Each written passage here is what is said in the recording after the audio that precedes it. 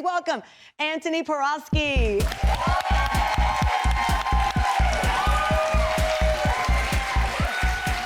Listen, first of all, congratulations on the Emmy. You just got it. Thank you. You were born in Canada. Your parents are Polish immigrants. I was fascinated to read that there were different parts of your journey where you were embarrassed by your culture. What was that about? So growing up, like, being Polish was like, it was fine. It wasn't super exciting. It wasn't like being Italian, where there's like Vespas and fresh pasta and all kinds, you know, it was like all pierogies and pork chops, and I felt okay about it.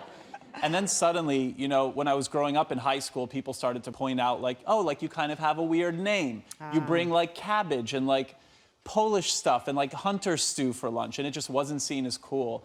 And so suddenly I kind of started thinking like, oh, I want to change my name to make it sound a little more American. I kind of went through this period with my identity where I wanted to just kind of like assimilate into the melting pot and just kind of feel more like I was included. And then I think when I was in college, I was at the time, it was my auntie's Polish restaurant in Montreal. I became a waiter there. My father was a waiter there. When he was in school, my sisters were there. It was like the rite of passage when you were Polish in Montreal.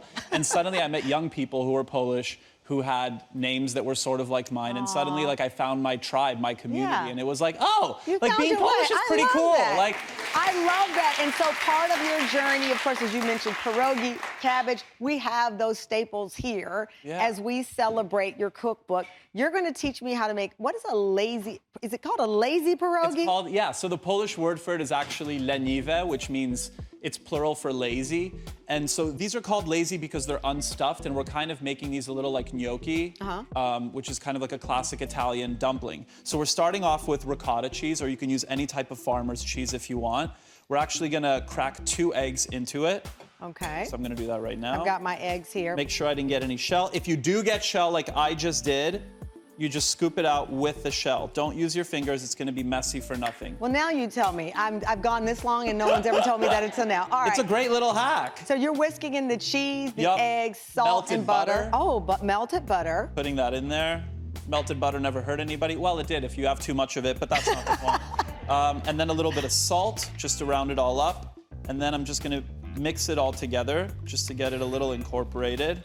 I'm gonna go right for the whisk. It's gonna make our lives a lot easier. And then you whisk this in, and this is the base of where we're going. This is the base of the dumpling, which is so easy to make. And then we're gonna slowly but surely add a little bit of flour to thicken it up. Look at my consistency, it's perfect.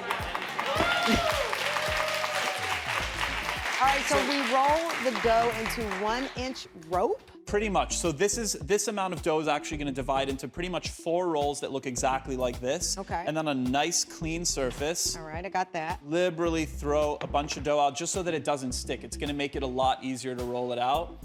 And then you take one of these little logs and you just gently roll it out until it's about 1 inch diameter. It doesn't have to be perfect. This is a rustic dish. Okay. This isn't about fine dining. It's about like family style. Oh, I love this. So it doesn't have to be perfect. No. Oh, well, I've succeeded. What's perfect in life? Nothing. You know? Nothing. All right, so you cut it into a diagonal, is that? So I like to cut it, it's on the bias, so kind of at an angle. Okay.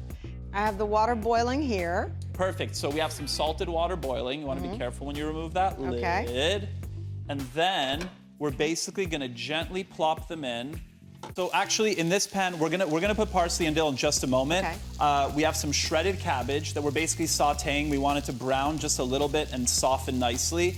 And after about 5 minutes, we're gonna add some wild mushrooms. We're using shiitake today, but you can use chanterelle, porcini, baby bella, whatever you have. You can skip the mushrooms. I like shiitake so I can say, oh, shiitake now. There you That's go. the only reason I like cooking. I'm gonna steal that from you. I do it all the time at home. It's so corny. All right, so we have that. So we've added the mushrooms until they get to like brown and like crisp up a little on the edges. And then basically we can go ahead and plop our lazy pierogies in there. Yep. Okay. So is it just boiled dough? Is that wrong to say it that way? It's literally just boiled dough, and that's what allows it to still kind of like be airy and not too dense, so it's still really tender. Okay. And then pierogies, you can have them boiled or you can have them fried. So usually they boil them, and if you throw them in a pan, they get nice and brown when you get like that crispy dough on the outside. Okay. I love it, so I love to throw these in. just for a couple of minutes. Right. Super simple. I love that. Now, I love the fact that you embrace being what you call yourself a home cook, not a classically trained chef. How does that impact the recipes that you explore and that you put into Let's Do Dinner? Oh, it's everything for me. I mean, I have a tremendous amount of respect for chefs who went to culinary school.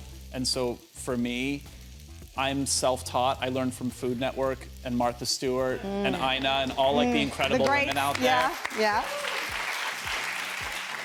And I feel like there's something about, like, if I don't refer to myself as, you know, I feel like I'm a bit of a rebel. If I refer to myself as a home cook, then I'm not, like, owned by any community. So I'm just free to do whatever I want. A little bit of dill and parsley. All right.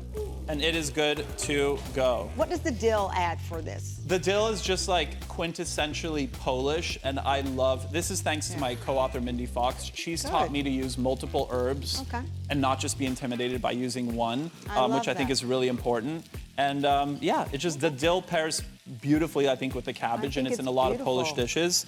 So I suggest you take a little I love this leniwe. because it's family style. Tell me real quick before we let you go, the fans want to know, next season of Queer Eye, when are we going to see it? What are we going to do? So please divert your questions to Netflix because they don't tell us anything. Also, I can't keep a secret for the life of me, so that's probably why they don't tell me. But I imagine that by the end of this year, beginning of next year, fingers crossed, the new episodes come out. I'm so excited for everyone to see them. There's going to be loads of happy tears.